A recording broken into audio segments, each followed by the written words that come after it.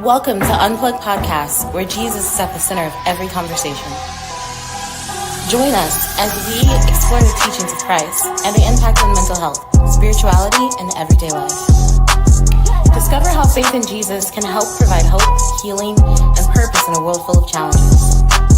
Subscribe now on YouTube and your favorite podcast platforms to stay connected to the Unplugged community. Unplug from the world and plug into Jesus.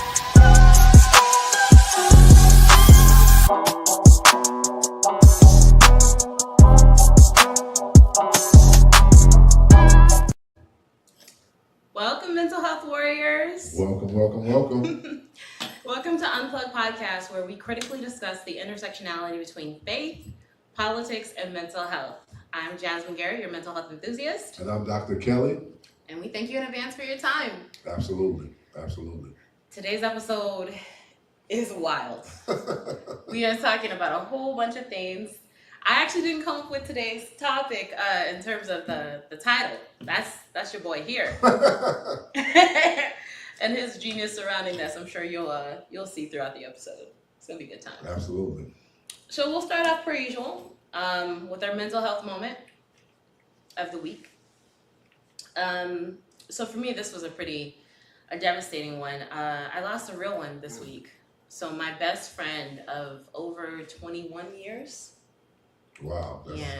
Her baby brother passed. Oh, okay. And he was young.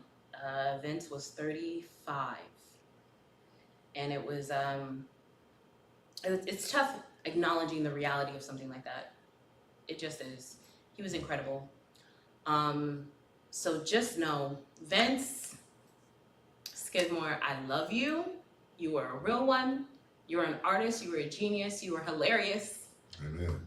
And I just know that you'll be missed. I know you can hear us. I know that you can see us. To the entire family, know that it's one love. One love. It's one love, now and forever. Transitions happen, and we think that we're all supposed to be in our old age, and we like to transition when we're in our 90s, surrounded by family and friends, and it's painless. Yeah. But one of the things that I come to learn is, and a beautiful tribute, by the way. So one of the things I learned that in order to get a tribute, you must have lived. Yep. And so we thank God for his life. Yes. And all of the great things. And, and we're going to get to the mental health thing, but just, we've been praying for that family. Yeah. And one thing that I've come to realize, especially when lives are, transitions happen when men and women are still young, according to us, because, God doesn't deal in time, we measure time. Mm-hmm. But what I've come to learn that whatever time frame that person or duration that person has here on the earth, once the mission is up, back home to glory. Yeah. Sometimes people serve a higher purpose, or their life does something for the rest of the family that other people don't understand. And once that mission is accomplished, then God says, okay, no more pain, come home. I mean, and that's the part that makes this different than every other death that I've experienced. And to be fair, just in terms of transparency, this is my 4th death in 2 months. Oh, wow. Yeah. So we've been going through it, right? But what makes this death a bit different is Vince was still able to be vocal, to say the type of life that he wanted. He was vocal enough to say that he believed in Jesus and that, he was a saved and changed man. So there's so much certainty that we have with this particular passing that is comforting. God is good. He was ready. Amen. He knew what he wanted. He was ready. He knew Jesus. And so I have so much peace knowing that he's literally in a better place. And he did what he wanted. He lived the life the way he wanted to live it, and he exited the way he wanted to exit. And that is, you can't ask for much more than that. Listen, proclaiming Jesus, I don't know how, that is extremely motivating for you to see somebody who is transitioning and they are proclaiming Christ. Yes. And like, I'm Yes. going home, I'm happy. Yeah. I mean, that's very inspiring. Yeah. And it's a lot of people who witness that who might at the time being don't really fully understand the magnitude. Yeah. But months, years or time later, they realize, man, that was powerful. Yeah. And that probably changed somebody's life. That right there probably got somebody to start praying again or to start believing again. Yeah. He's left an impact. He's left an impact. It. So Vince, I'm dedicating today's episode to you. I love you, baby boy. Already. Always. Your mental health moment. Oh, that was your mental health moment? That was my mental health. Oh, okay, all right. Okay. For sure. Okay, she turned to the tribute. Okay, I like how you did that. She threw that right back on me. That's right what it is. Yes, absolutely. So, I guess my mental health moment is, man, listen. These Negroes, Knee, Negroes will get on your last nerves. Nerbs. Some of y'all ain't got no nerves. But when you run out of nerves, you got nerves. And they was on my nerves. My God. Not one. The Nicholas was out running around this week. What happened? Man. What So, happened? you know, I'm normally a good guy. I'm easygoing. If you can't get along with me, you can't get along with nobody. And somebody took it upon themselves to insert their life into mine. Oh. Without asking me. Oh my. My God. Boundaries. Right. So for the sake of transparency and not trying to out nobody, but I know they're gonna be looking, and so you're gonna know who I'm talking about. I'm talking about you. Oh, okay. All right. Right. You know, sometimes people will take you for granted. Yeah. So if you make yourself available to people over and over again, yeah, sometimes they just assume that's just what you're supposed to do. So somebody took it upon themselves to make a decision, assuming that I was going to back that decision. So it's kind of like this. All I have is $25. My rent is $20. But because I know I can always ask you and you give it to me, I'm going to spend my rent on what I want. No. And I'm just going to just know and assume that I can call you and you're going to make it better. Oh, no. Your mismanagement is not my emergency. Jesus. And so the reason why it's a mental health moment, because these Negroes, I want to bend them over my knee, Knee, these Negroes was niggering. Oh, with your last name. With your very last name. Yeah, man, listen. I tell people, listen. They drove me crazy this week. I tell people, listen, I only got one nerve left, and that's on life support. We don't even know if it's gonna make it. Oh, man. But so what did you do? How did you handle it? Well, I had to draw a line. I realized that I realized that I created a monster. So I had to take responsibility in that part of it. Yeah. But I also had to let them know, hey, I can't bail you out of situations, like you said, elective situations. You know what I'm saying? You went and did that. You didn't have to do that. And now you want me to bail you out. And so, yeah, I didn't help. So I put that, that's one thing I didn't do. Oh, Jesus. I didn't help. And so now I'm mad and I'm every name in the book. Oh, Lord. That they won't say to my face because they know they're going to want to ask me for something again. Jesus. And I'm just letting God. Oh, Lord. You know, one of the most offensive things you can say to a Christian is when they ask you for something? What? Just let me pray about it.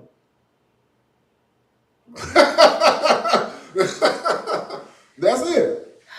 Or when you ask for help and they're like, yes, thoughts and prayers. Yep. I'm going to give you these thoughts and these prayers. That's what I'm on. Man, these people got mad because I said, let me pray. Oh, you ain't got to pray about it. Yes, I do. Yeah, you do. Man, you just saying that because you... I gotta pray about it. Because now I need God to correct me about how I contributed to this. So I really do got to pray. Oh, man. Because I don't know how to. If you were to handle it without prayer, it might be a different story. Right, so instead of you going to God first, you coming to me. And yeah, so it don't work like that. So that was me. That was my mental health moment. And they tried to drive me crazy. They tried. And I just want to attest to our mental health warriors. Pastor is one of the most generous, kind, considerate people on planet Earth. Well, thank you for saying that.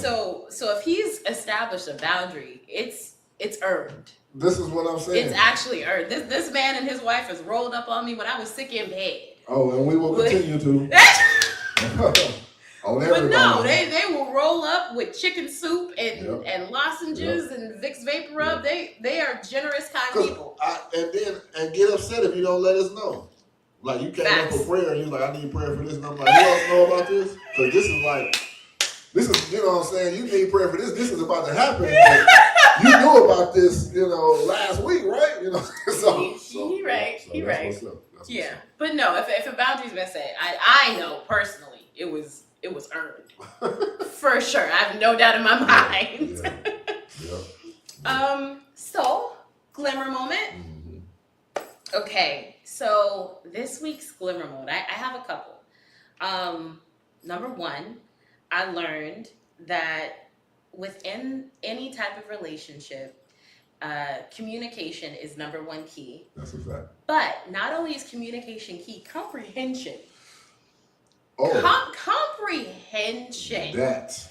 Yeah. Understanding is the greatest thing in the world. Man. Yep. Man. So I had a person reach out to me that I'd separated myself from. Okay. A similar situation. Like, we're helping each other, but I don't like the way that you're treating me. I don't like the way you're talking to me. I don't like. You just think you're right. You're right. Yeah, and it's like, you know what? God bless you. I'm gonna leave you alone. In fact, I'm gonna be honest with you. I'm gonna tell you. Listen, I cannot have you in my life. I'm gonna pray for you. I love you, but that cutoff game. My cutoff game is absolutely exploding.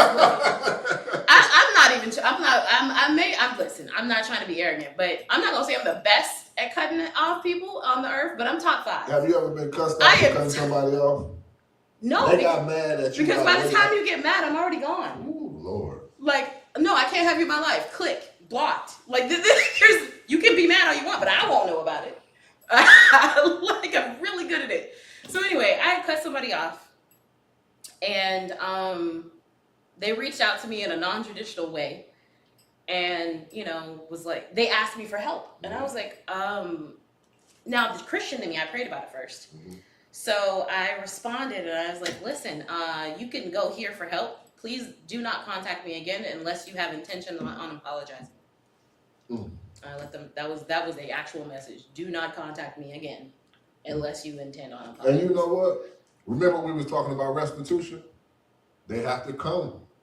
You have to come with something. Yeah. Don't call me for nothing unless your first words is, "Hey." Right. I want to apologize. And then you got to apologize for the right things. You don't apologize for what you want to apologize for. You apologize for what you did. I don't like the people that know something terrible happened and then they just come up in your face and act like nothing happened. That's a problem. I don't know where people got that from. Where did they decide to do that at? Yeah. I know that if I've done something to offend you, the first thing that I need to come to you with is an apology. Right. That should be common knowledge. I don't know where people, no, I'm just going to pretend like it didn't happen. See if I can get away with it. What? Avoidance, yeah. You think I have amnesia? Are you sure? I do not have amnesia.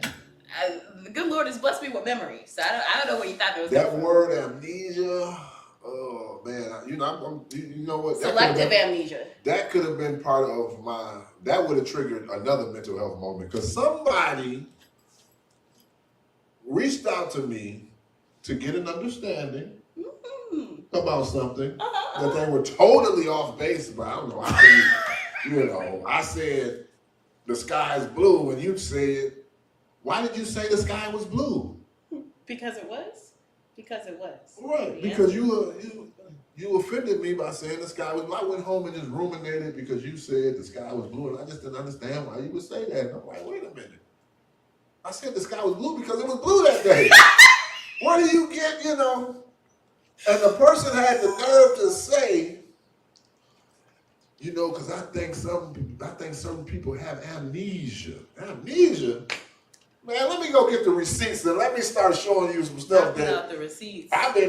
Trust me, I ain't got amnesia. I definitely ain't forgot all the stuff you done done.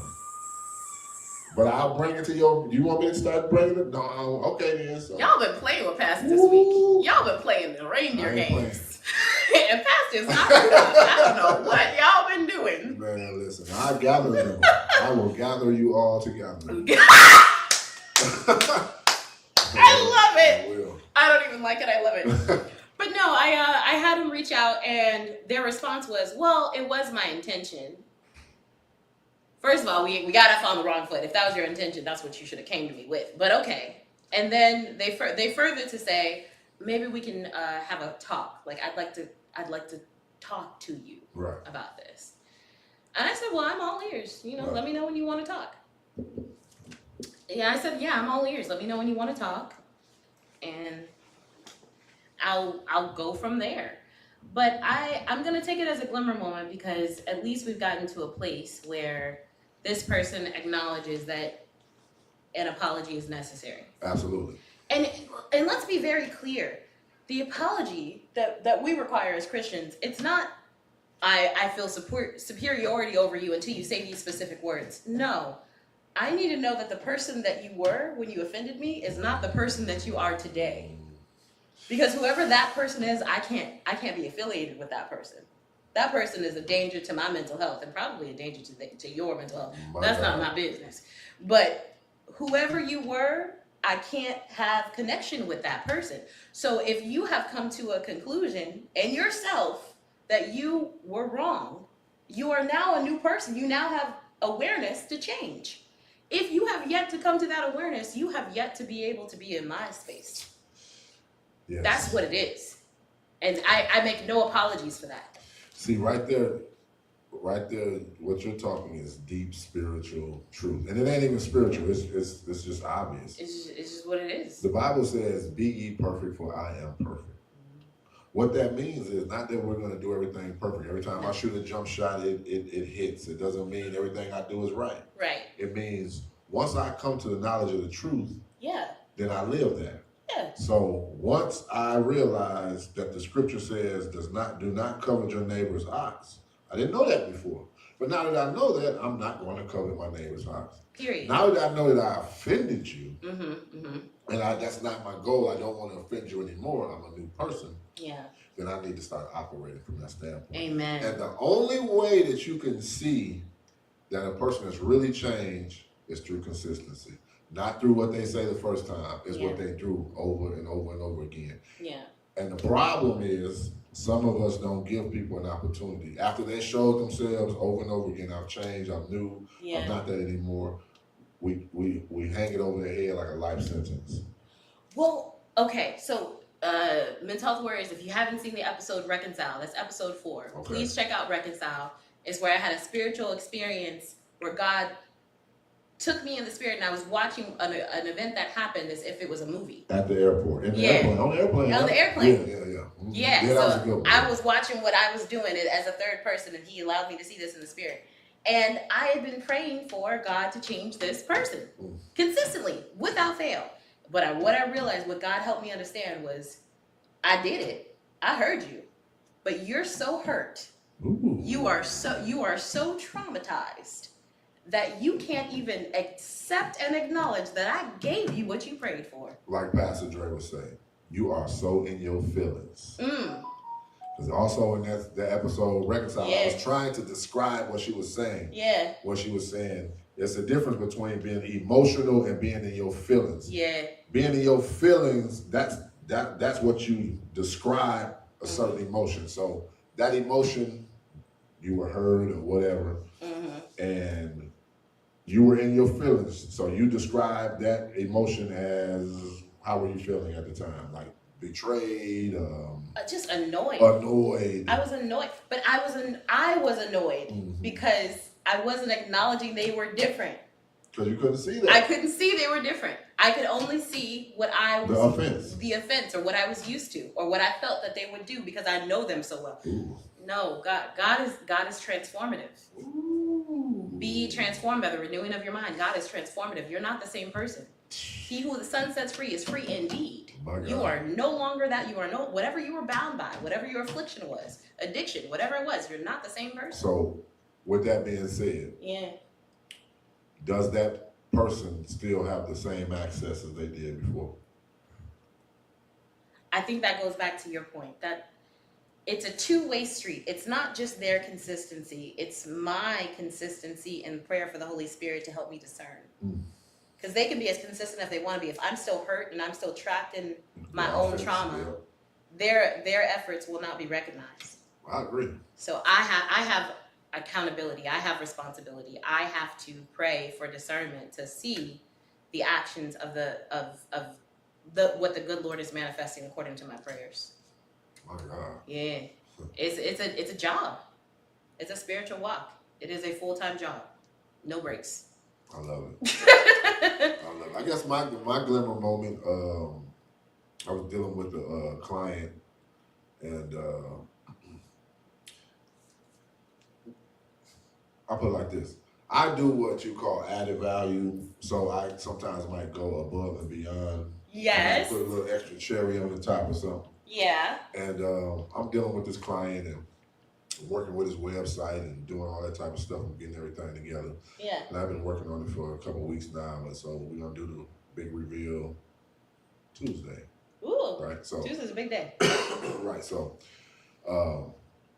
he's gonna have a bunch of eyeballs on him. You know, America's Got Talent and all that type of stuff. And so we were talking about, you know, the rollout, what we're gonna do next, and things like that. And he said something to me that made, I guess we call it a glimmer moment, that made me smile. And I'm gonna say it because we ain't in church. Oh Lord. My God. What happened? And I'm unapologetically black, male, and Christian. He was like, man, I was paying them white, he said them white folks was trying to charge me $36,000 a month or whatever, blah, blah, blah, to build this, to do this. And I went to you, man, and man, you totally just changed the whole trajectory of how I thought, what I'm doing, and this and that, man. He was like, man, you the real deal. I appreciate you, brother. I said, well, God bless you, man. I love that. I said, you should have came to the black folks first in the first place. Man. You know what I'm saying? You thought, because they, you know, my God. Are we going to talk about it? Because I feel like you opened up again. Yeah, I mean, we can. I mean, yeah. So. Okay. All I'm saying is what I see in specifically in the U.S. is a whole bunch of people don't support their own people, and they happen to look like me. Man. And the only time we supporting is if some type of tragic thing, and then we can't all get on the same boat for that. Man, I'm not gonna pretend like I don't know why that is. I know why that is. Right. I know what happened because we were terrorized whenever we were attempted to work together. That's right. I'm talking black codes. Oh, yeah. By the way, if you don't, the South had Jim Crow, but everybody want to act like the North didn't have black codes. My God. You realize especially that out there in Chicago, like in Chicago, there's black code. There was still the black code. There's a black code in Pennsylvania, New York, Boston, all that. Yep. All that still had the black codes, which means you know if they saw more than two people that happened to be black together, you got arrested. Because what y'all talking about? Right. What not? Y'all plotting. Too many of y'all. And that, you know what? that was the conversation that I had. Because when I first started doing the work, right? So I was showing him. So what happened was, this is the beginning of the relationship. Mm-hmm. So I was showing him like, okay, you know, this is what we need to do. This is what I see. And so I was showing him his website, and I was like halfway done with the new one. Yeah. So I was like, he didn't listen to me. He wasn't listening. He's so busy trying to poke holes in what I'm doing. I said, listen, I'm going to show you your website first. And I go down the line. I say, look, this this is what your website look like. This is this. I said, and I was getting ready to go to the new website so we can see it. Like, you do know that's my website, right? I said, yeah. I said, this ain't the website that I created. He was like, oh, I just wanted to let you know. I was gonna wait till the end and let you know you is showing me my website, right? Lord, fix it, Jesus. I said, and this is what I said to him. This is what started the conversation. I said, why do black people got to be suspicious of other black people? Man, it's a shame. And then when I showed him, he was like, what? This is incredible. Yeah. Wow. I said, see, this is what I'm talking about. Yeah.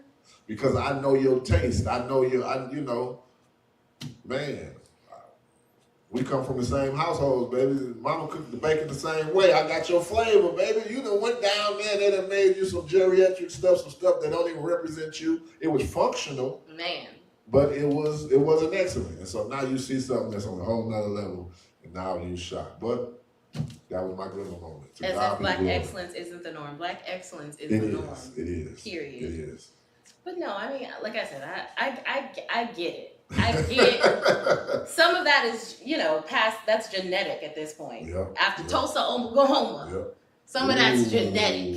Yeah. We were terrorized into the separation was instilled in us through terror. Yep. So, oh, and by the way, if you don't know what Tulsa, Oklahoma, I suggest you Google that. The first domestic terrorist act by our own country. On their own people? Well, okay, some will argue if it was the first, but yeah, it was definitely domestic terror. This is the first time we dropped bombs on our own people. Oh. Yeah. On our own people. Okay. Yeah. You're right. Like. Them Molotov cocktails is bombs to me too, but I can't. But you know what I'm saying? You said, well, how big is the bomb? Right. I feel you. Yeah, absolutely. I can't. Total horror, but I thank God that we're in a different place, in a different space. So God is good. God is good. So, speaking of, Pastor finally saw Thunderbolts. I sure did. Finally. It took a minute. Yeah. Pastor don't be going out to the theater like we would hope. You know what? I come to find out that I'm really a novice, and I'm not as aware of things as I thought I was, because I don't know anything about DC Comics at all. Okay, so Thunderbirds is Marvel. I know. I know. I get to that. Okay, all right. I'm not just messing up so bad. Okay. But I don't know what the D and the C mean in DC Comics. Detective Comics. See, that's how this exactly. That's how I don't know. And then the Thunderbolts and all of this, and I didn't know. So yes, but I love the Thunderbolts. I will share my nerdism with you any day. Yes. I got it. I got you. And for those of you who don't know, Jasmine is 3 times a genius. So she makes me look smart over here. So if I ever shut up and let her talk, it's because she's making me look good, baby. He's the one with the doctorate. I don't know what he's talking about. I specialize in one thing, but you have a knowledge of a lot of different things. You know what I'm saying? So, Yeah, I'm a weirdo. So what about these Thunderbolts? So, what was it? Was it episode 1 where we talked about Thunderbolts before? Yeah. Mm-hmm. I think it was, season 2, episode 1. Yeah. So, this movie, I felt was such a, there's a community of nerds that follows Marvel films, right? Well, there's a community of nerds, even if you don't particularly love Marvel, even if you're a DC fan or just a comic book fan in general, that they ascribe to going to watch these films. And I think it was so beautiful that they made this film illustrate mental illness in a way where it reached a wide audience. And the way that they illustrated it was so deep and dark and detailed that it sent a strong message that if you're going through something, if you're experiencing depression, if you're experiencing anxiety, you're not alone in that. There's so many others that have had these types of experiences and made it through to the other side. And I don't know if you guys have watched the movie. If you haven't, maybe you should stop listening right now. But it's Spoiler alert. Right, spoiler alert. It's not even in theaters anymore. Oh, we streaming now. I'm That's pretty wild. sure. Yeah, you know what? I saw it on stream. I'm about to ruin this film for you today because if you didn't see it in theaters and you haven't watched it already, unless it's like a black cast, like the Black Panther, all black everything. I ain't going to the movie theaters for that stuff. I know. I'm bad. I know. Pastor. I pay for the streaming. Pastor. I pay for the streaming. I pay for it so I can, Well, okay. At least you said if it's not a black artist, because black artists need you to show up. Yeah, I would do that. In the theaters, they need you. We have to support black art. The reason why they don't have black representation in black films is because they swear that black people won't show up to support, or that it won't reach a right enough audience, or white people won't show up to support. So whenever a black artist comes out with a film, we have to make it a point to show up. I agree. Yeah. I agree. But I think I told you in that in episode 1, what hit me so hard is when they go into the mind of the void. And inside of the mind of the void, you see Robert. Robert is the actual human that is the Sentry. And there's always been this debate in the comics of Robert versus Sentry versus the Void. Technically, they're one character, but they are 3 different entities. Oh, they're triune being. They're a triune being. Wow. We're gonna play a clip on that really soon, but what hit me is when they went inside the mind and they there was a moment with Robert where he was expressing to Yelena, and she's a Black Widow. If you don't know what that is, that's fine. But she's going in there to save him, and he's explaining to her, oh, don't be scared as she's dying in there with him. Don't be scared. There's no death here. It just keeps getting worse. There's no death here. It keeps getting worse. It just keeps getting worse. There's no death. Death would be a break. Death would be the end. Death would mean that you're free. There's no freedom here. It's just going to keep getting worse. That is what depression is. Factual. If you have to explain what depression is, there is no end. There is no beginning. You're just going to keep suffering. Yep. Congratulations. Yep. Mazel tov. Yep. So I just felt like that film had such powerful messaging that it deserved a moment of our time to discuss it. But let's go ahead and play the clip for everyone that hasn't seen it or wants to. Absolutely.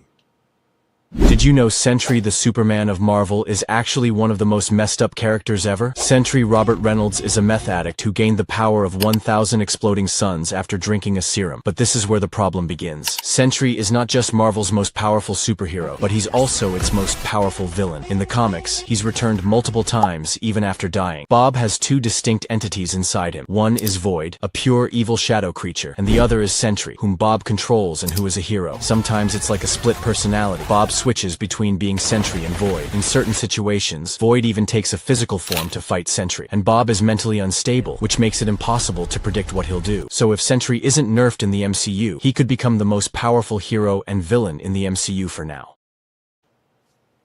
Wow. Yeah. So that was a clip explaining Sentry. If you would have asked me about 20 years ago if I thought that we would see characters like Sentry or Moon Knight being household names or being depicted in real life, I would have laughed in your face. There's no way. Moon Knight is another character, and I encourage you to watch that. It's on Disney Plus. He has his own series. Moon Knight, Sentry, these are characters that suffer from mental illness. Okay. In different ways. They have the same, probably their worksheet, if they were seeing a psychiatrist, their worksheets would look different. Okay. But their mental illness manifests in radically different ways. Okay. For more or less, Robert is aware of Sentry and the Void. Okay. But for Moon Knight, he doesn't have awareness with his other personalities. Okay. But for both of these characters, their mental illness stems from abuse. With Sentry, not only did his mental illness stem from abuse, but he's a meth addict. Which only exasperates everything. Oh yeah, he's self-medicated into deeper mental illness. The way that he became the Sentry, which is this Superman-like powerful being is he broke into a lab thinking that there was drugs in there, and there was drugs in there, but it was the Superman, the super soldier serum. Say that 3 times fast. Super soldier serum. The same super soldier serum that they used on Captain America. Okay. But it was an amplified version of the serum because they wanted to make it more powerful. You know how nerdy that was? You had a nickname for Captain America. Nobody on Earth calls him Cap. Everybody calls him Cap. I know him. If you said, I know him as Captain America. If you say Captain America, I know who you're talking Everybody about. calls him Cap. If I say Cap, you better know I'm talking about Captain America. Otherwise, you are not one of the nerds. You are. We can't sit with you. Yeah, that's what I'm saying. We can't. If I say Steve Rogers and you don't know who I'm talking about, I wouldn't know. That's how. You don't know Steve Rogers. You gotta like put it in context. Pastor. I'm gonna think you're talking about a You are real disappointing the nerd community as we speak. Right. and I try to act like I'm a nerd with y'all too. I'm like, yeah, I like it.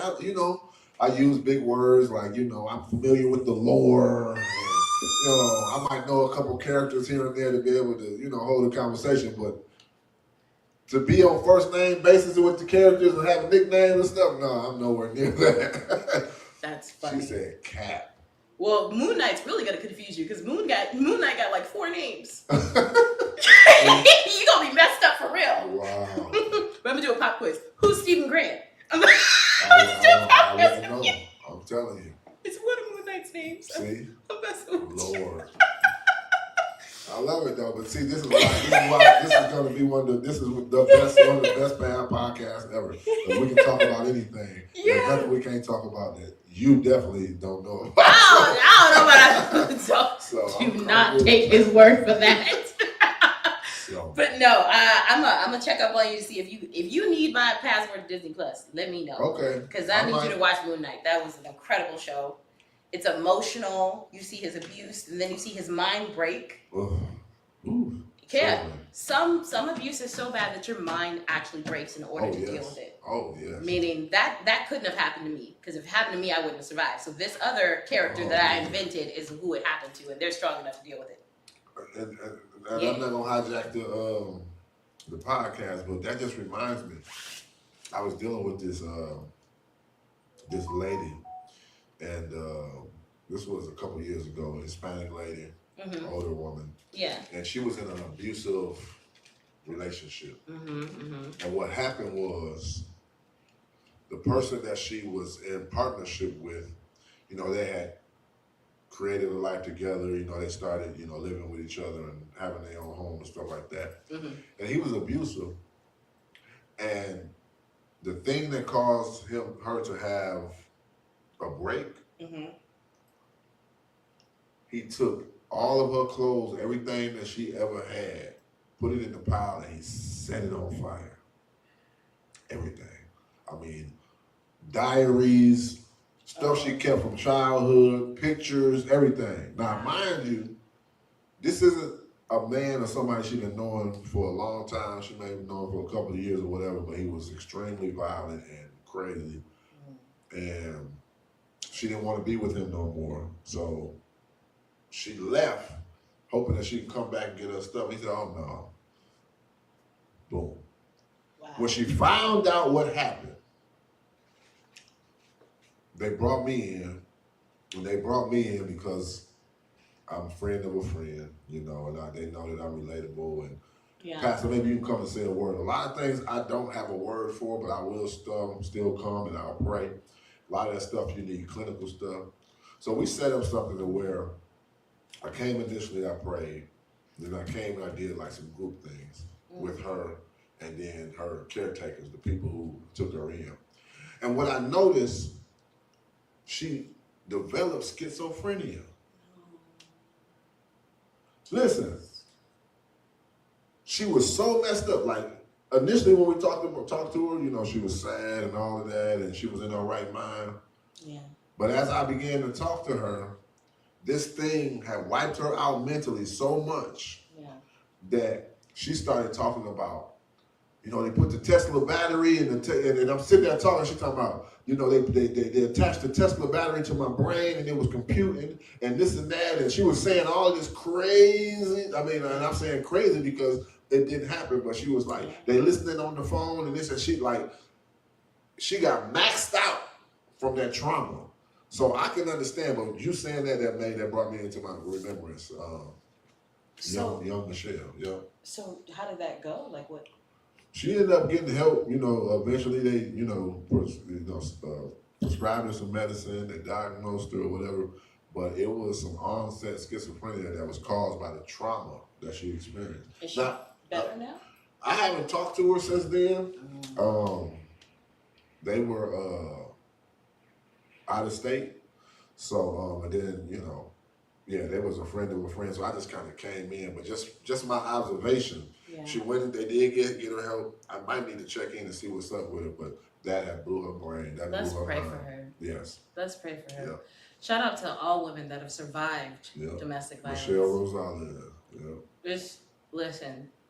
There's a lot of, especially now what we're seeing with Cassie and Diddy, there's a lot of conversation about women that stay versus women that leave. Hidden in plain sight. Man. And here's the thing. I understand for the women that stay. And I'm not absolving you for your choices that led to that point. But what I am going to say is I understand that you're most likely to die when you try to leave. That's when he's most likely to kill you. Oh, yeah. So I understand for women that are too scared to leave because they're scared for their life. Yeah. My encouragement to every single one of you is I empathize with you, but my prayer is that women never let it get to that point. Say something. If you ain't got the courage to leave, say something. No, never let it get to the point. Disrespect is not love. Ooh. There will always be a sign that this man disrespects you. There will always be a sign. If you think that you're living in paradise, but this man disrespects your family, I want you to know that it is only a matter of time that he will disrespect you. What you don't understand, what you're not understanding, is that by disrespecting your family, he's already disrespecting you. That's a fact. It just hasn't clicked for you yet. But he has every intention of disrespecting you. Because the people that you come from, he's disrespecting them. Yep. You're just an extension of them. Yep. So it's only a matter of time. Listen, I never understood people who marry people who don't accept their kids. Man. Or don't accept their family. Like when me and Carolyn got married, like even before we got married, like, and I just grew up in that type of family where we did family things and we respected elders and we did all of that. But I had ultimate respect and love for them. Like they was my mom. You have to. But I was raised that way. You were raised. Yeah, I would never disrespect her. Right. Like I would give her the right way. I would never disrespect her. I would never even counsel my wife to do anything disrespectful towards her mom. This isn't the scenario, but even if my mother-in-law was a bad person to my wife, I would never tell my wife to do something disrespectful. Now, I might say, hey, we're not going to allow her to attack us and to assault us. Right. But I'm never going to be that. Never. You never going to do that. Absolutely. If my mama gets sick, if my wife's mama needed a place to stay or whatever and she needed care, she can come to our house. Absolutely. I ain't saying one thing. Absolutely. You can come. But you got some folks, kids can't come over, all different types of stuff. I can't do that. And you have to acknowledge that as them attempting to isolate you. Oh. Because if anyone that loved you saw the way that you were being treated, they would tell you to leave. So what do? They have to isolate. They have to isolate you so that they can maintain control. So they can maintain control. 100%. There's always going to be a sign that this is a person that intends to disrespect you. There's always going to be a sign that this person is not a healed person and can be abusive. If you're not willing to see those signs, then that's when we have this rhetoric out here. Oh, she didn't leave. She doesn't respect us. This is what she likes it. Yeah. Obviously. Yeah, she obviously likes it. Yeah. Nah, don't let it get that far. Yeah. And for the women that are dealing with it now, there is always a way out. It's not as high as a percentage, but there's some men that's being done like that. I got an older brother. I'm calling him a brother because we grew up together. He's a childhood best friend. Yeah. And for the life of me, he always chose girls that were abusive. I just didn't get it until I got older and understood you don't attract what you want, you attract who you are. So, you don't attract what you want, you attract who you are. Jesus, oh Lord. Every single, from when we were teenagers, 14, all the way up into the adulthood, every female put their hands on him. Lord Jesus. And it was like, I'm like, man, do you like that? You must like it. Or like, what type of sign or symbol did you give to them to make them think that was all right? Like, how did you disrespect yourself for them to know or think that it was okay for them to disrespect you? And I'm talking about every single one. Man. They fight and this and that. And I just never understood it, man. Some people are not healed enough to be in a relationship. They're not. I thought he was just attracted to those type of women. I don't get it. No, something's not healed. Mm-hmm. Something has made these women feel that it's okay. And I don't know what that is. I don't know him, but to think that at every moment, every second of your life, you're ready to be in a relationship is obnoxious. That's not a thing. You're not always ready to be in a relationship. You're not always healed. You're not always have the capacity. Some people need to be healed before they engage with another person. And there's nothing wrong with that. Some people act like being single is like a death sentence. Like you're going to die if you're alone. Stop it. Get it together. Stop it. That's weird. Right. That's really weird. But anyway, we're going to pray for her. I actually want to have a concerted effort to pray for her because that sounds like a very intense situation. And I pray that she's on the other side of that. Because staying, the cost of staying. It was a guy. I thought you said you had a woman and then you had a guy. You had your older brother and then you had Oh, you talking about the one with the schizophrenia? Yeah. Oh, yeah, her. My brother. Yeah, I'm listening to all this. Okay. I thought you were talking about the abuse victim. No, the abuse victim was a male. But yes, we're going to pray for all of them. And domestic violence happens to men too. Yes. So I need to pray for him too. I'm going to get in contact with them and see what's up with Michelle. Yeah. And we'll go from there. We're going to pray for both of them. Mm-hmm. Yeah, you're not wrong. Next, so again, hidden in plain sight, we've been on a discovery for seeing mental illness represented in media, in film specifically. Last episode, I talked about sinners, and I was so excited to talk about it, but Pastor didn't see it. Of course he didn't see it. I got to sneak to watch it, because Carolyn ain't going to watch it. If it's got blood and gore in it, she's not going to watch it. If I'm the antisocial one that has panic attacks when I leave my house, and I can go see it, I feel like you absolutely got to go see it. So again, Sinners is a film that is directed, produced by Ryan Coogler. I believe with the help of Michael B. Jordan. I think that they collaborated on this in some way, and don't quote me on that. I believe there was some sort of collaboration with the production and the writing. But if not, Michael B. Jordan stars in the film. Ryan Coogler absolutely directed the film. It is a masterpiece of Black excellence. It is extraordinary. I highly recommend going to see it. Are there some anti-Christian themes in the film? Yes, there are. But the bulk of those anti-Christian themes are primarily just uneducated opinions. So I'm not taking them so harshly. I've seen a lot of Christian commentaries. Man, everything online is anti-Christian. You go to some of these Christian pages, some of these folks who call themselves Christian influencers, you go to their real page, I bet there's some anti-Christian stuff up there. We live in a post-Christian age. Yeah, but when I say anti-Christian for this film, they're like, oh, the religion was forced on us. The voodoo and all that. Yeah. No, they with the exception of. Oh, you saying Christianity was forced on us? That's Delta Slim said that. Oh, it's like, we brought the blues over with us, but the religion was forced on us, and blah blah blah. Yeah, okay. And but they don't realize that Christianity predates all of that by thousands of years. They don't realize that Christianity started in Africa. Yep. If we could be honest, the first church was in Africa. Man, you look at them rivers, Euphrates, and all of that. The Garden of Eden. Yep, it's all there. And the first actual Christian church was not. Yep.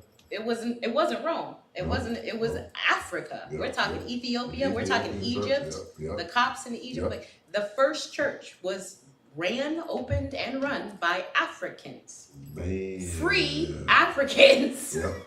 They don't wanna No talk slavery. about that. They don't want to talk about it though. They already cooking us, but you on TikTok. So I know they they about to.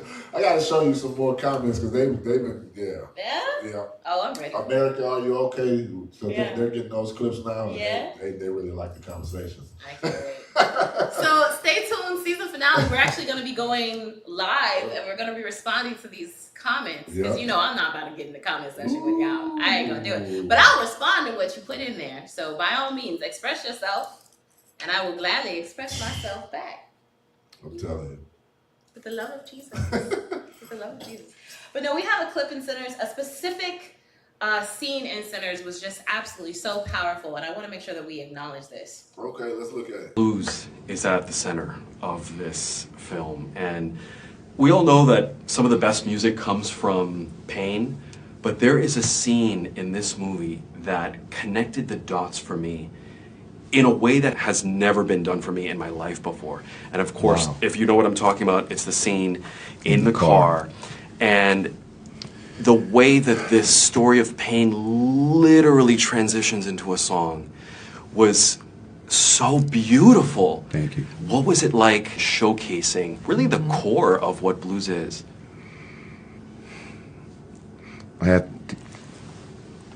I got to give credit first and foremost to Ryan because that's what he wrote. I said to Ryan before we shot that scene, man, we need to go through it a few times. I need to find my sea legs because in actuality, it was a much longer monologue. It was a 3-page monologue. I would have loved that. And I would have loved it. Yeah. That's another story. but no, he kept the meat of the thing. So he gave me the space to rehearse. Then he gave me and us, the three of us in the car, the space to work the scene. And the musical piece was an improv. It was not written. It came from what I was feeling in the moment. And my two colleagues in the car went with it. Mike principally, because I'm not sure Miles knew quite what to do. He's a young actor, and that's not a criticism. He wasn't quite sure, but Mike went with it, and Mike spoke and said, man, you got the guitar, man. And he picked, and Ryan kept the camera rolling. So the whole thing was embraced. I cannot tell you how gratifying it is to sit here and hear how that scene impacted you as an audience member.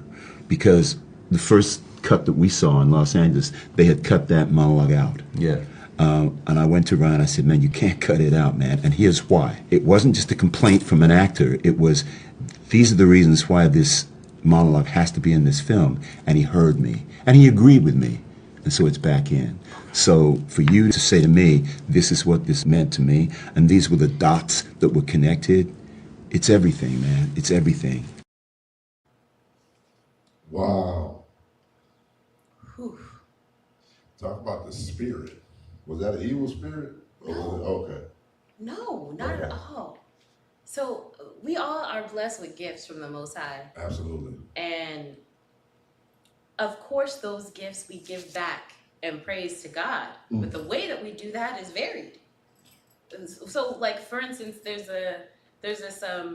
Christian rap, and then there's Christians that hate Christian rap because they say rap isn't an art form that God would appreciate. Who are you to say that?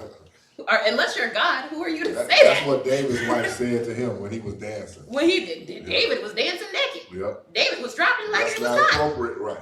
Yeah, he was dropping like his wife was just so ashamed. But nah, David was dropping like it was hot for Jesus. Okay, you do what you do. You do what you do. That's what it was a crazy song that my wife and them was popping for Jesus or something. It was something that went viral. Listen, And I said, Lord Jesus. if I can drop it like it's hot for anything else, I can drop it like it's hot for Jesus. Yes, I can and I will. I said, do not send this mess to my phone. I am not going to hell because y'all. You know what I'm saying? I can't. For real. No, Daryl Lindo is an extraordinary actor. Legend. And and he's obviously blessed to do this work. This is his gift from the Most High. How he utilizes this gift, we would hope, of course, would give some sort of praise back to God. And I'm not going to say that I don't see. I think everything that he does is a worship to the Most High, even involuntarily. Absolutely. When you breathe, technically, you are worshiping the Most High. So I have no qualm with it whatsoever. This film was a beautiful illustration of what it means to put the culture on your back and illustrate this to others that might not be a part of the culture. See inside, see the pain, see the beauty, see the excellence, see the achievement, see the progression. All of that was so beautiful inside of this film. So this scene that they're talking about, if you haven't seen Sinners, please go see it. But this scene that they're talking about is when this character called Delta Slim, that's played by Delroy, is expressing what happened to him and his friend. And he was saying that him and his friend were playing the blues for white people. And he had finally saved up enough money to go and leave the South and try to be a free man and start his own business. And the white people found his friend at the train station, and they said that he had stolen money and raped a white woman, and because of that, they beat him to death and castrated him. And he's explaining that in the car to the others. And as he's saying this, he reaches a point where he's talking about the castration, and he can no longer express the pain with words, and he breaks out into a full-blown song. And this moment I felt was so pivotal because I felt it.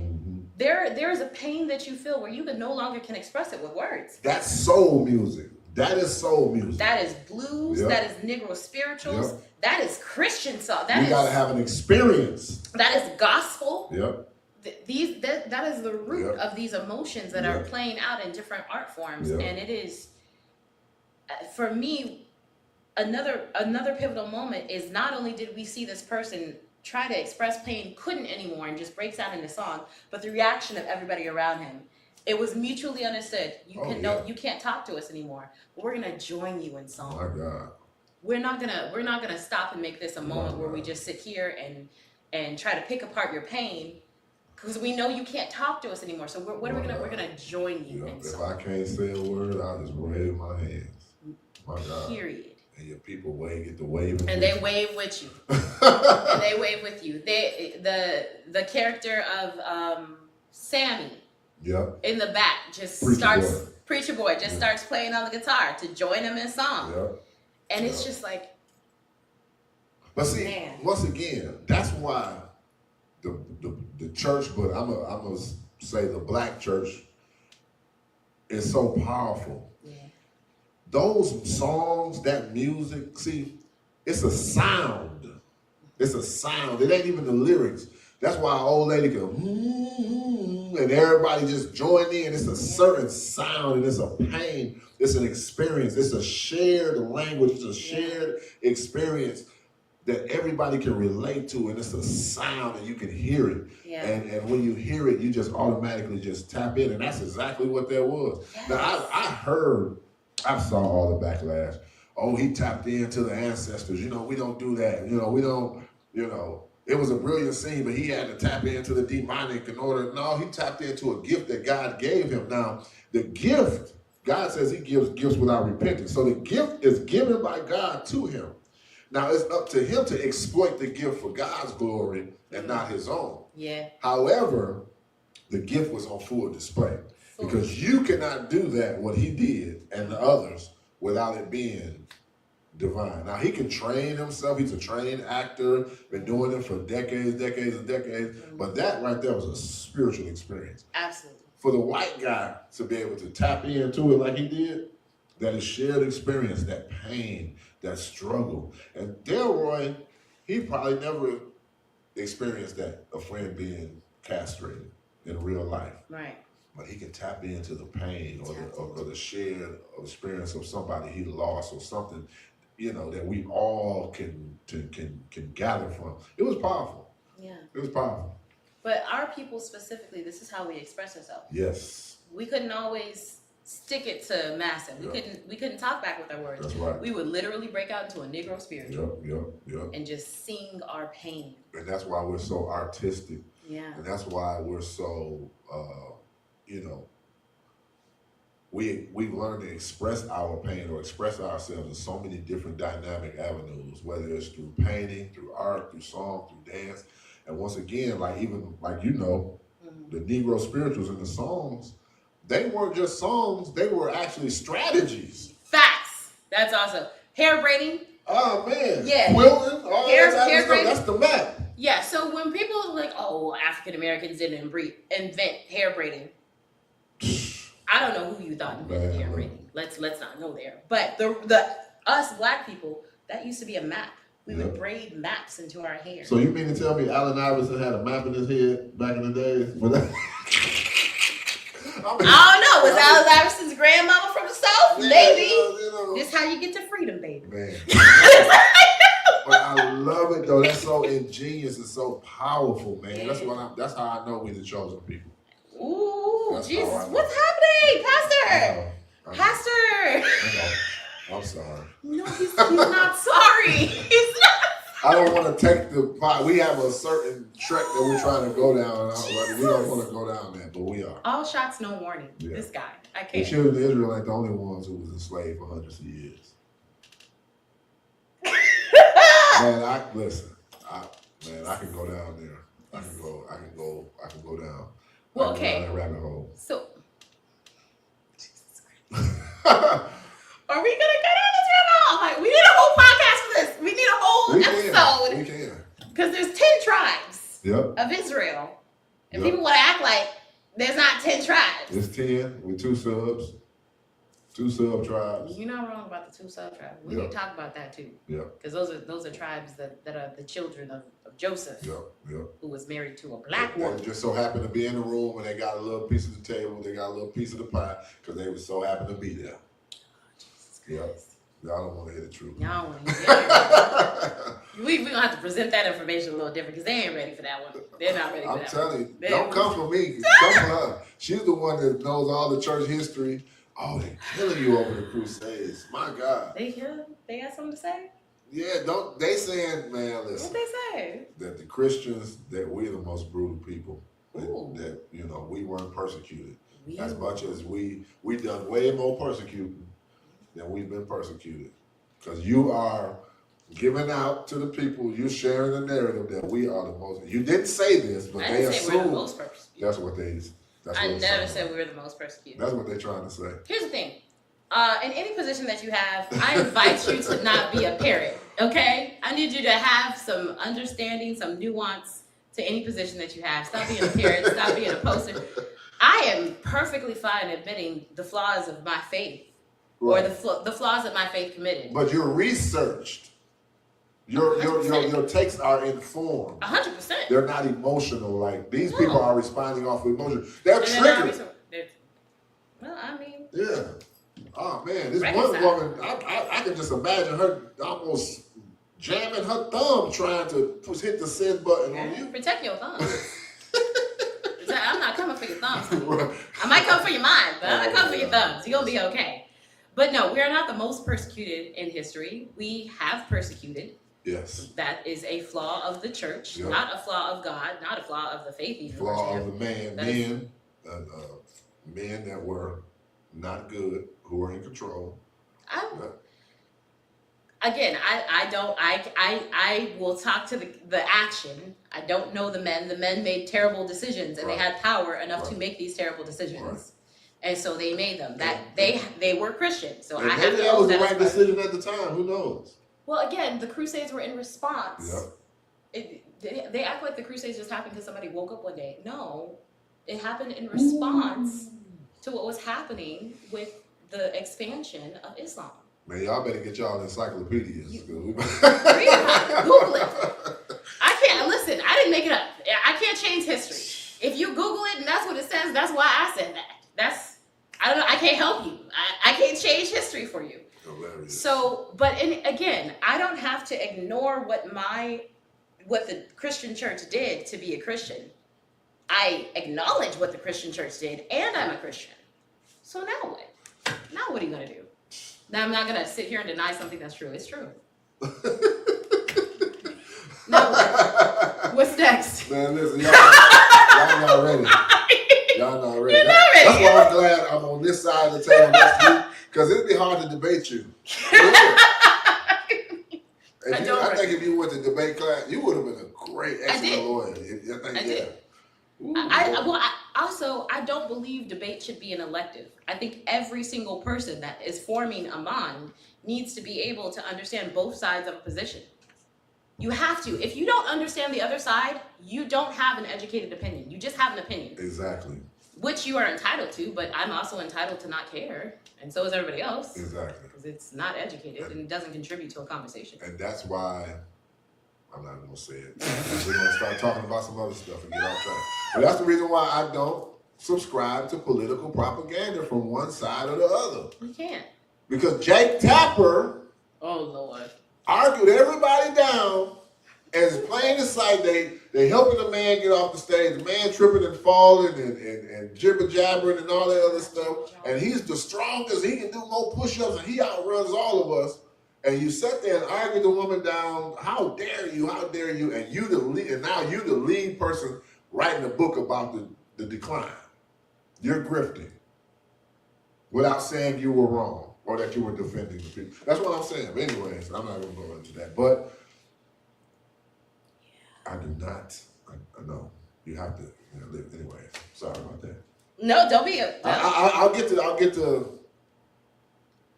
I'll just get to saying a lot of stuff, and it'll sound like it's coming from all over the place because I be wanting to use this microphone to get all my thoughts out, and sometimes it's not streaming conscious. Sometimes it's just sporadic. You get into your Kanye mode. Man, yep. But I know what I'm saying. I can understand that. I can understand. No, you will get.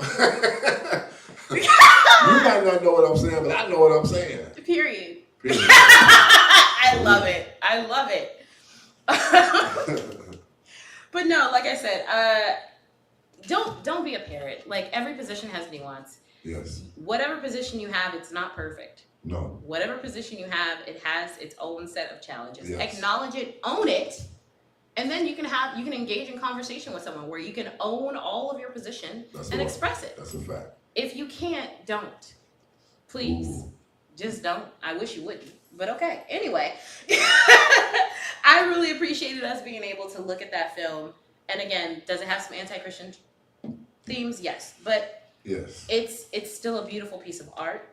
And it still illustrates a point that I think needed to be shown. I agree. There is a whole era of time that I feel is being stripped out of education, stripped out of, again, the minds that need to be educated on history.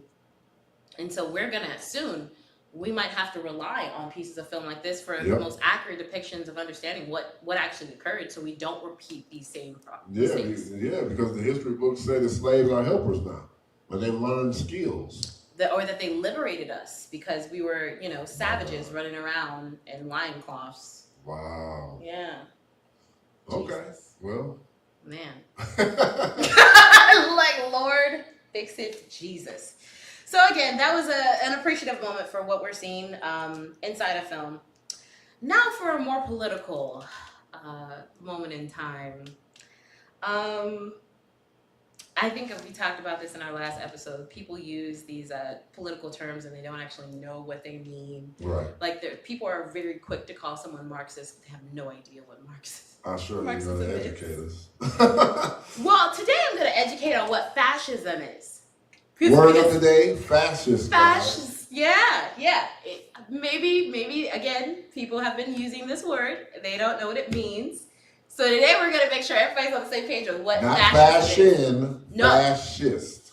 Fascism. Fascism, yes. Spell it with, like you spell fashion with an ISM. Fascism. Please. Just so y'all know, we educated around here. Fascism, defined broadly as militaristic nationalism and a contempt for liberalism and electoral politics, should be called out at every turn. But why? Although far from an erotic thriller, Bertram Gross's 1980 book Friendly Fascism will nonetheless leave you in a state of intense frustration. How could someone give such a clear warning of what was to come decades prior? Why didn't we do anything? One reason is because of the gradual, almost slow-motion nature of friendly fascism. What is friendly fascism? Rather than relying on a militant takeover or the charismatic strongman, Gross argues that this form of fascism emerges through the political economy of transnational corporations, or, in plain terms, when those we elect become primarily influenced by private companies. This is the first step in which one of the central functions of a liberal democracy, in which the government is responsive to voters, withers away. Wow. That's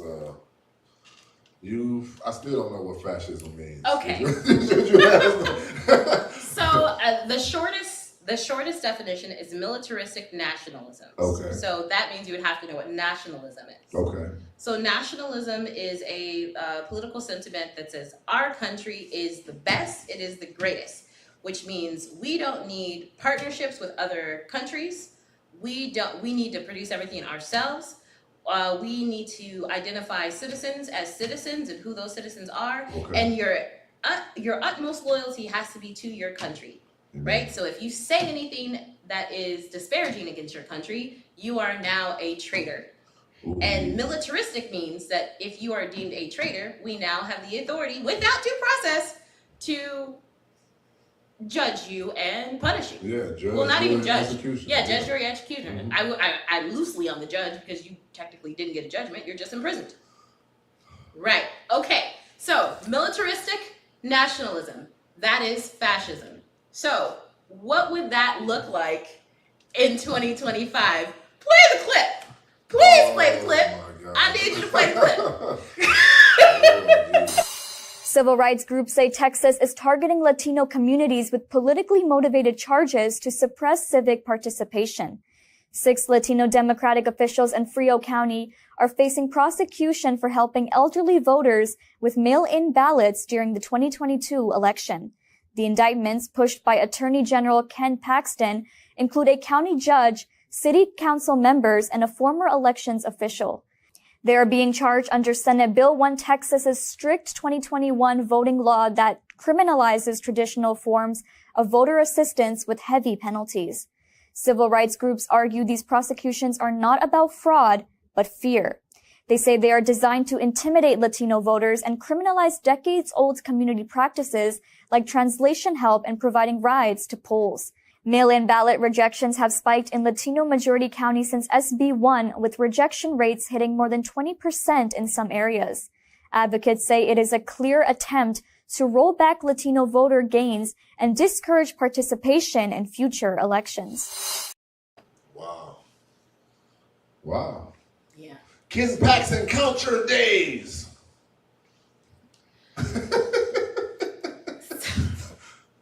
So I've heard several times over that this current administration has expressed that they are Christian nationalists. Okay. I can't tell you how, first and foremost, that's not a thing. There is no such thing as Christian nationalism. Why? Because the kingdom of God is not a physical country. That's not a thing. You made that up. I always assumed that Christian nationalists were racist. People like it went from, because Ku Klux Klan are Christians. Our Christian nationalists. So it went, they took the hoods off and then they made it a little bit more acceptable. We're not racist, meaning we don't want to hurt you. We just believe that our people are superior. Don't you believe that your people are strong people? We believe our stuff is people, and we just believe in America first. We're Christian, and so we're nationalist. Nah,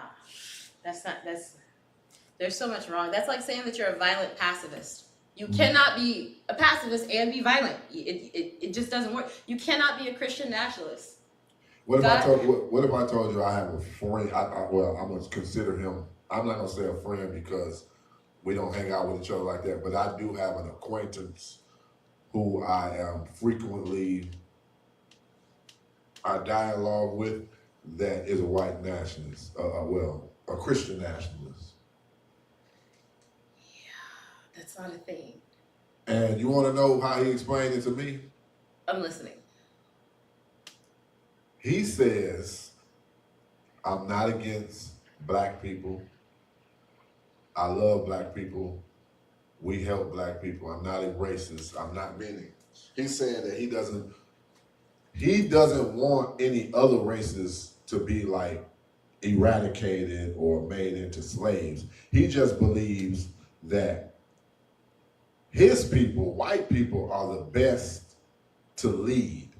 And whenever this country has always been ran by somebody white, and he believes in his head that, they just, so this is how I know he's racist, right? Oh, you tell. As if you couldn't already. Tell me more. Well, because he, in his mind, he's not, because he tolerates others. But he do believes that his people are the best to lead. And so this is how I knew he was racist. Somebody said, because it's a group, and it's other ministers on this group. So it's not, it's plenty of it. It's like a faith community thing. So somebody was like, Black Power. And he said, white control. I said, oh, that was a good one. Oh, that was actually good. Yeah. And I said, and when he said that, that made all of the sense in the world. Yeah. We up there putting our fist up talking about black power. What good is your power if you don't control it? They said black power. And it was in response to something that was like African American History Month or whatever. Yeah. They said black power. He said white control. I said, ooh. That's good. It was good. I never heard that in my life. And I said, yeah, you racist, homeboy. I don't care what you say. You are racist. Yeah. So there is no such thing as Christian nationalism. They made that up. Right. There is such a thing as fascism. And they're using the term Christian nationalism to make Christians feel like this is a safe space for you. It's just fascism. That's all it is. There is no Christian that you got. That's what we call it. You just got. Man. There is no Christian nationalism. This is fascism, which means fascism is militaristic. So what does that mean? What election? Oh. An election would mean that you're trying to replace the people in power. Nah. I see that as a threat. It's given traitors. It's given that you're treacherous. It's given that you want to be in the prison cell. Because you're trying to change something. You trying to change something? No. This is militaristic. We taking over. There's no exchange of power. There's nothing like that. So when you see that people are going to jail for trying to help people vote, especially people of color, vote. Because the narrative is, this is the narrative. So when we start talking about white control, the browning of America is a threat to their existence. Mm-hmm. And so that's the reason why they say, hey, y'all can have all the power y'all want, but we gonna control it. Exactly. That's why 1% controls 99% of everything. So yeah, y'all can keep coming over the border and y'all can keep doing all of that, but y'all will never, ever control the levers of power. That's the reason why even Barack Obama was he can only do so much. Yeah. Because there was an unelected power that was even behind him that really controls the levers of government. Yeah. And those are the ones that's pushing that fascism piece that you're talking about. Yeah. Well, we have another clip to show fascism, and that's going to further illustrate the point. I really thought things would change after this administration when we had Mr. Trump in office. Things would change to the better. Things actually changed to the worse. This is Bashir Attallah, a U.S. citizen and, as you heard, Trump supporter who was detained by U.S. Customs and Border Protection after coming back from a family trip in Canada. According to Attallah, Border Patrol agents had their hands on their guns as they asked him to step outside the vehicle, where they handcuffed him and walked him inside away from his family. When he tried to ask questions about why he was being arrested, agents wouldn't say anything other than, "We don't know, it's the government." Following his arrest, Attallah felt unwell and requested medical attention. However, he says that he declined declined treatment once Border Patrol explained that he would be guarded in a hospital and have to, quote, start from zero. He also says that he was forced under duress to give border agents access to his phone and email. It was only after several requests and hours later that CBP contacted his sister, an immigration attorney, and was released. The family is now pursuing legal action. CBP has since dismissed Atalla's account as blatantly false and sensationalized, and Atalla says he was treated like a criminal. And this is not the first or even second report of U.S. citizens being detained or arrested by law enforcement without proof. Genzi Machado, a naturalized citizen who voted for Trump, was detained due to racial profiling. Julio Noriega, a man born and raised in Chicago, was also taken by ICE and detained for hours without food, water, or access to a bathroom. Meanwhile, as his own supporters are being unlawfully detained, Trump is not slowing down on ignoring the Constitution and our right to due process. Instead, Trump now wants to take it a step further and send U.S. citizens to prisons in El Salvador. That ain't that bad. They let the man go. What? Yeah, he ain't in El Salvador and no gulag or nothing. It was a misunderstanding. What was the misunderstanding? He looked illegal, and then once they did that's the problem. That's not a misunderstanding. That's a problem. Listen, as far as I'm concerned, I've been looking black my whole entire life, and you always fit the description. Yep. Every time Every you fit time. the description. Yep. And they treat me Because like you're a black man. It's time for them to start getting treated like whatever. But No. anyways, No, now that white people are getting racially profiled, it's a problem. he was white. You think he's not white? I thought he was other, non-white. What do you think he is? I don't know. I thought he was I'll like be a honest, fair-skinned Latino Latin. man. Yeah, that's what I thought. A Spaniard I or honestly don't something. know, but it doesn't matter. Right. You can't just look at a person and be like, you look like. But they let You him can go. They didn't keep him in sin. I just like, He's oh, being boy, detained. they shot him up out of here. You can't just detain people. Until we get it figured out. So if you traveling in What a are you trying to caravan- figure out? If you Because wait a minute. We're trying to stop people from coming in illegally. So if you are traveling through a border Right. And And you're you a are- U.S. citizen. and you traveling with other non-U.S. citizens, or we find a bunch of your group, then we have to figure it out. That's not his story. He was on a family trip, and he is a U.S. citizen. So why the rest of his family didn't get caught up? Because either your paperwork weren't right. I think he was returning. No, he's a U.S. citizen. Your passport got to be on point. You know you need a He real wouldn't have ID. been able to now. leave the country You if it do was know you a. need a real ID. Well, passport. Yeah, I trumps got that. a real. Yeah, I'm good. Okay. I'm good. So I'm try good. to do something without your real ID and see once they try to figure it out. You know what I'm saying? They gonna hold you back there and figure. If that was the story, I think they would have included. If he just was, if his passport had a problem, or if his real ID wasn't there. But that's not what they said. Nah, you look suspicious. Yeah. Well, it's about to get even worse because Trump done shook up the ICE. He done fired 2 people because he wants 3,000 arrests a day. That means they're gonna be kicking in doors, and the next thing is they're gonna be putting bounties on people's heads. Yeah. And so, 1,000. And so I be driving around and I be seeing a few little hot spots. I'm like, man, I can light that little corner up and give me about 5,000-6,000. Absolutely. This will Man, be the listen. Dr. Kelly show. Because I will not have any affiliation with that whatsoever. We gonna cruise. We gonna cruise by them Home Depot and clean Absolutely up. not. No, sir. It won't be I. You on your own.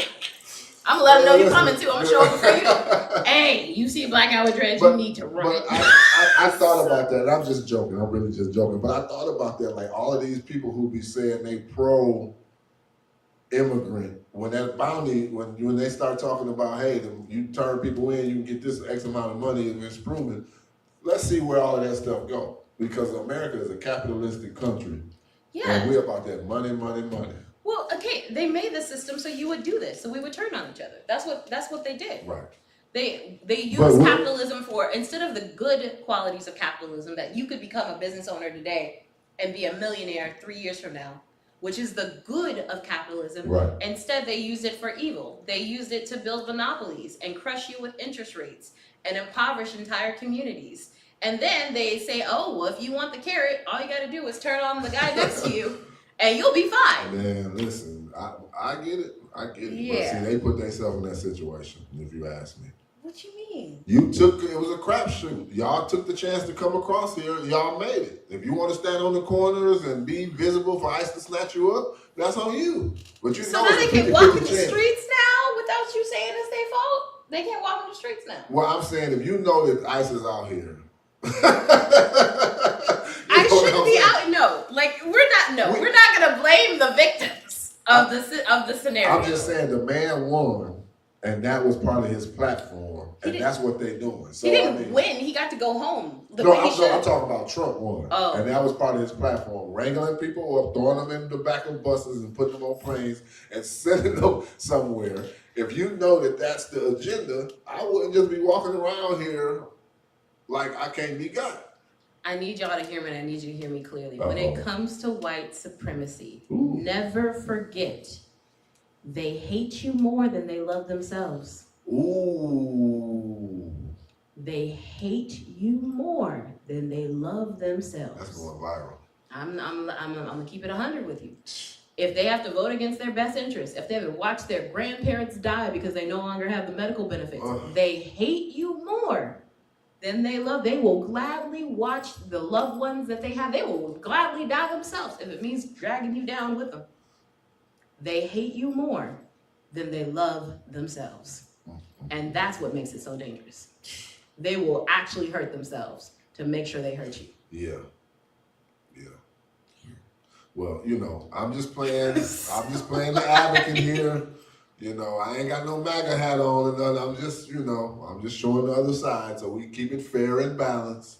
But Jasmine gonna make sure you guys get the truth. That's the truth. Never forget it. They hate you more than they love themselves. They hate you more than they love themselves. That is 100% facts. I promise you. What a miserable existence. It's gotta be. Yeah. It's gotta be exalted. Give it to Christ. Let it go. You're getting gray hairs. You're getting wrinkles. Let it go. It can't be that serious. I have another clip that I want to make sure that you play because I think this one we got to talk about. And this is with the student that got arrested. Please play this clip because if you still think that you're not in a fascist society anymore, watch this. The Trump administration almost every week snatch people right off the streets for political speech. The latest, most chilling example happened yesterday outside Boston when a PhD student and Fulbright scholar at Tufts University, in this country on a student visa from Turkey, totally legal, obviously, was taken off a residential street in Somerville, Massachusetts at 5:15 p.m. yesterday. Ramesa Ozturk had just left her apartment when she's approached by a guy in a dark hoodie and hat who then grabs her hands. You can see and hear how upset and scared she is as an officer finally pulls out a badge and appears to identify himself as law enforcement. She is quickly surrounded by half a dozen, I guess, cops, all in street clothes, covering their faces with masks. They take her cell phone. They physically remove her backpack. She is then handcuffed as a bystander films and asks how anyone is supposed to know these people are police. Is covering your faces. You want to take those masks off?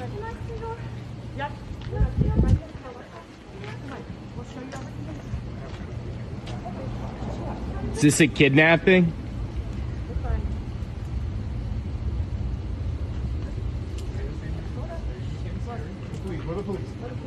Yeah, you don't look like it. Why are you hiding your faces? Why are you hiding your faces? The masked police lead the terrified woman to their unmarked vehicles and drive off.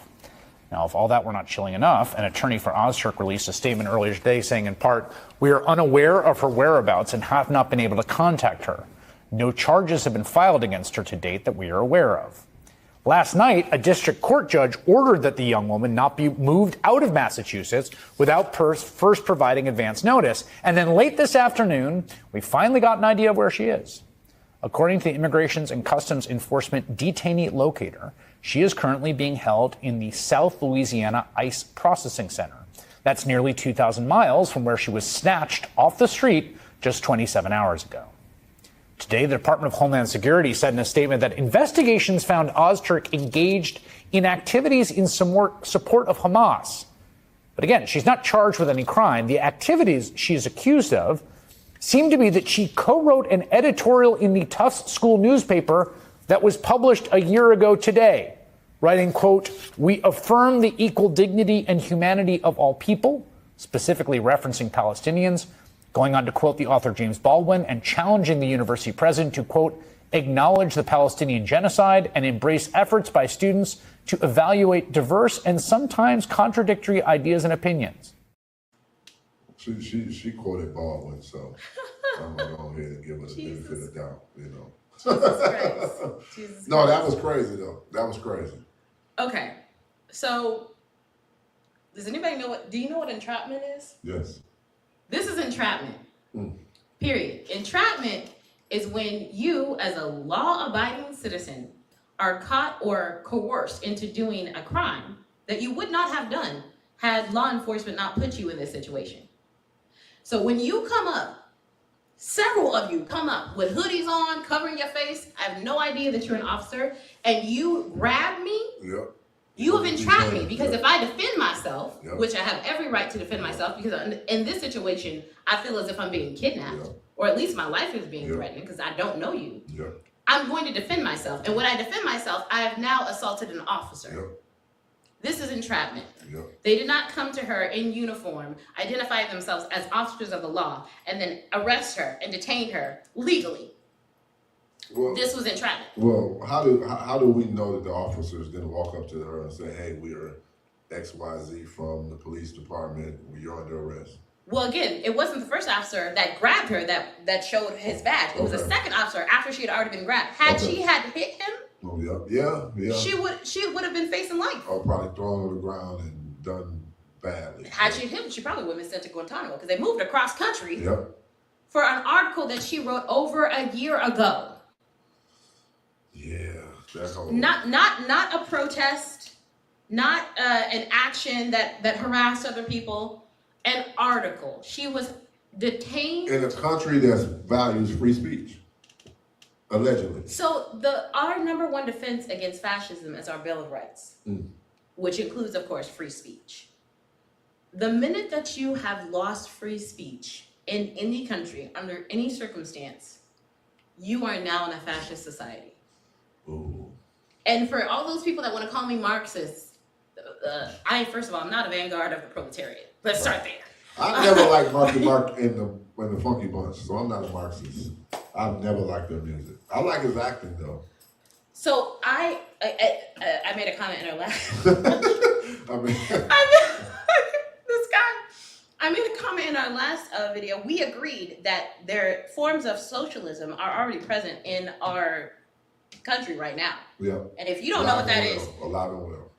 that is socialism is already alive here. But most people only understand socialism under the context that it is a step to communism. Yeah. So you have Marxism, socialism, communism. These are all supposed to be steps to get to communism, right? Yeah. I've never said that I am pro a communist society. I don't know if a communist society can work, not in the utopian way that we would hope for it to. Right. But we already have socialism. How do I know that? If you've ever owned a library card, you have participated in socialism. If you've ever called a firefighter to come put your fire out, you've participated in socialism. Why? Because you didn't get a bill. That's socialism. Guess who paid for your firefighter? Guess who paid for your library books? It was me. That's socialism. Yeah. You're receiving benefits, a shared benefit that is paid for by everyone. Good. You don't get an individual bill.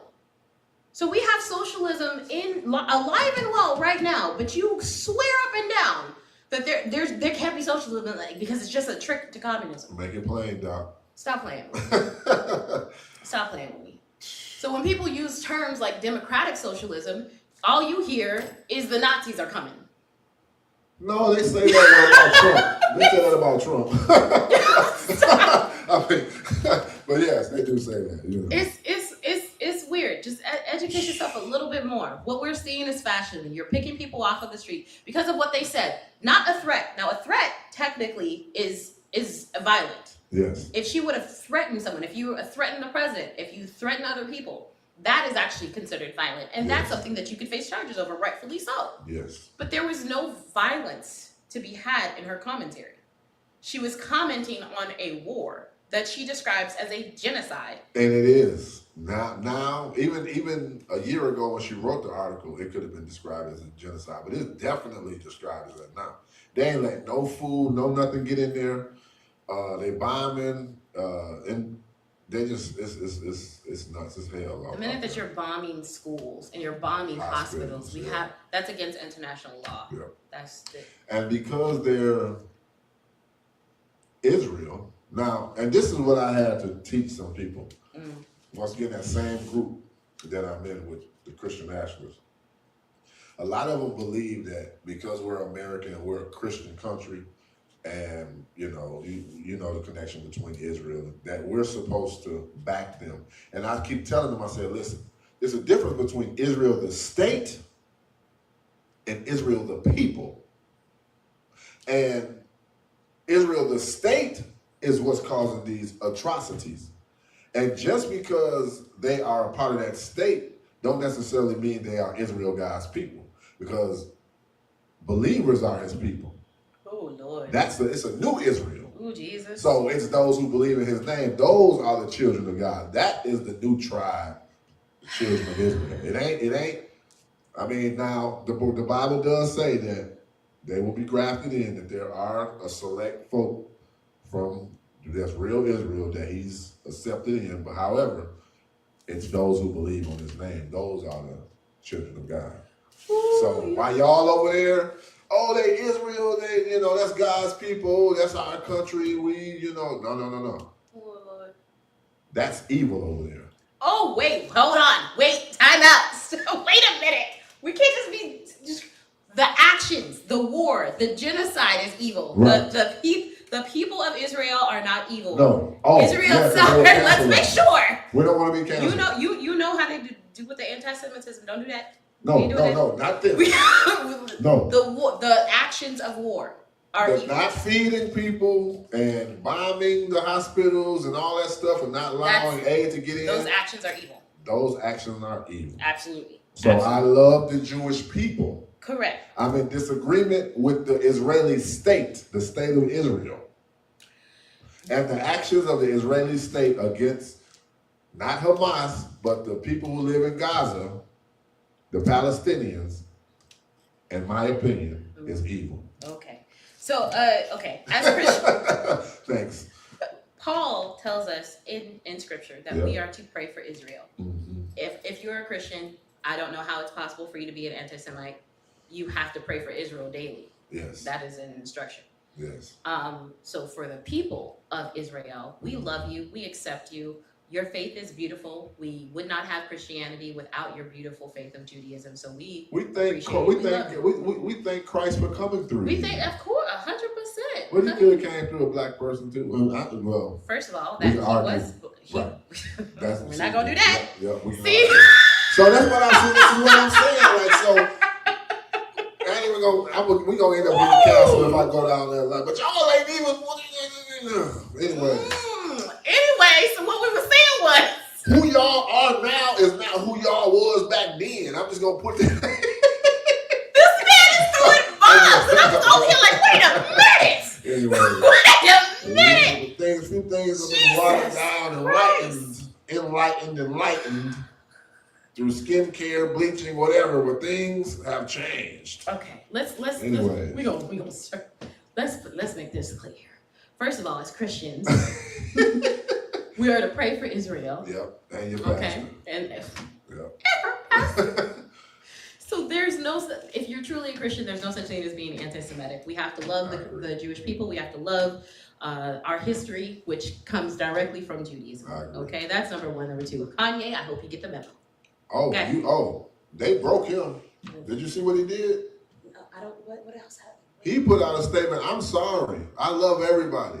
I'm sorry. I wish no one harm. Can't nobody tell me prayer don't work. Oh, they removed him off of everything, including shopping. Oh, so now he's sour. Now that you know what? I'm gonna keep praying. They showed him who remember. I'm gonna have to keep praying. He talking that black power, and they showed him who had the control. That's all I'm saying. So there's that. Number two, I disagree with, I don't disagree with the state of Israel, because I agree that there should be a state for the people of Israel. So you need a place for your people. I'm not mad about you having a place for your people. Yep, I'm for that too. I am against you illegally taking land that was not granted to you when the state of Israel, their lines were drawn. So all of those settlements in the West Bank was not given to you. Why are there settlements there? Man. What are we doing there? They about to get in the comments and tell you. Okay, get in the comments, because all I'm going to do is draw up the map of the borders of the state of Israel that they were granted and how they're outside of those borders. Yep. That's a problem. Yep. So again, I'm pro you having a state. I'm pro you having a people. You should feel free to have a state, live freely, defend yourself. I'm not mad about that. Congratulations, Israel. I'm happy for you. I hope it happens for our people. But what I will say is we are against all war as Christians. All war. We don't want anyone to fight. We are to love our neighbor and we're to pray for our enemies. So any war we would be against, but specifically a war that utilizes tactics such as starvation. We got a problem. Yeah. We got a problem. And it's quick. This thing is getting out of control. And what's going to happen is another country is going to, an Arab country or an Islamic country is going to feel like, man, nobody's stepping in, these kids are dying, and then they're going to feel like they need to march troops to try to secure something, and then it's just World War III all over again. And to be fair, that's not the only ethnic cleansing that's happening right now. We got Sudan. Yep. We got Myanmar. Yep. We got some ethnic cleansing happening. We need to be vocal about all of it. So let us be clear, we are not in support of any of it. Nope. Knock it off in Jesus' name. Nope. We ain't over here playing with it. Nope. Anyway. We went into full-blown Israeli-Palestine. That's what I'm saying. That's why, Jesus. You watch too much news or something. Oh, it's no fault. Well, you a programmer, No, he be making this up. He don't be doing all this. No, you ain't gonna blame this on me. He just be throwing bombs in here and it's not on the script. Right. Don't do that. I'm just trying to spice it up a little bit. Oh, you be adding the cayenne. You be adding the seasoning. I want them to start coming for me in the comments a little bit. I got a little jealous. I was like, wait a minute. They act like she's the only one on this podcast. Well, no, because now I can't have them come for you.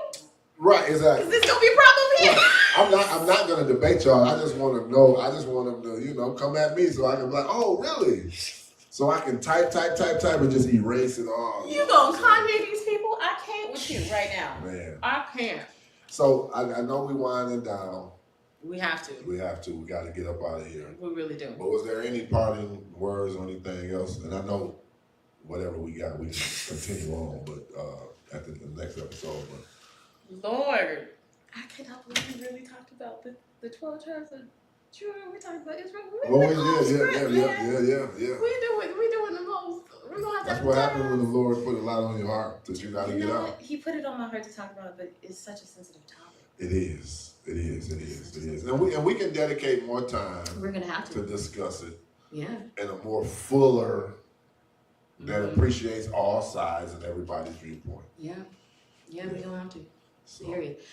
My parting words for everybody would be, God bless you. Appreciate life while you have it. I know life can be hard sometimes, and I haven't always appreciated life. In fact, I would argue to say that I feared life. I felt like life was out to get me, and I was angry that I woke up every day. But I'm here to tell you that that is not the case. God has good things in store for you, and you should be confident that you will see the goodness of God. So I leave that with you. Rest in peace, Vince.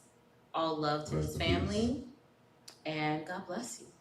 Amen. I second that emotion. With that being said, thank you for tuning in to episode 6.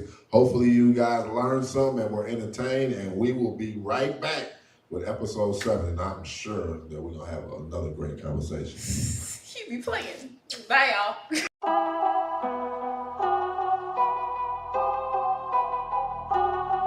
Welcome to Unplugged Podcast, where Jesus is at the center of every conversation.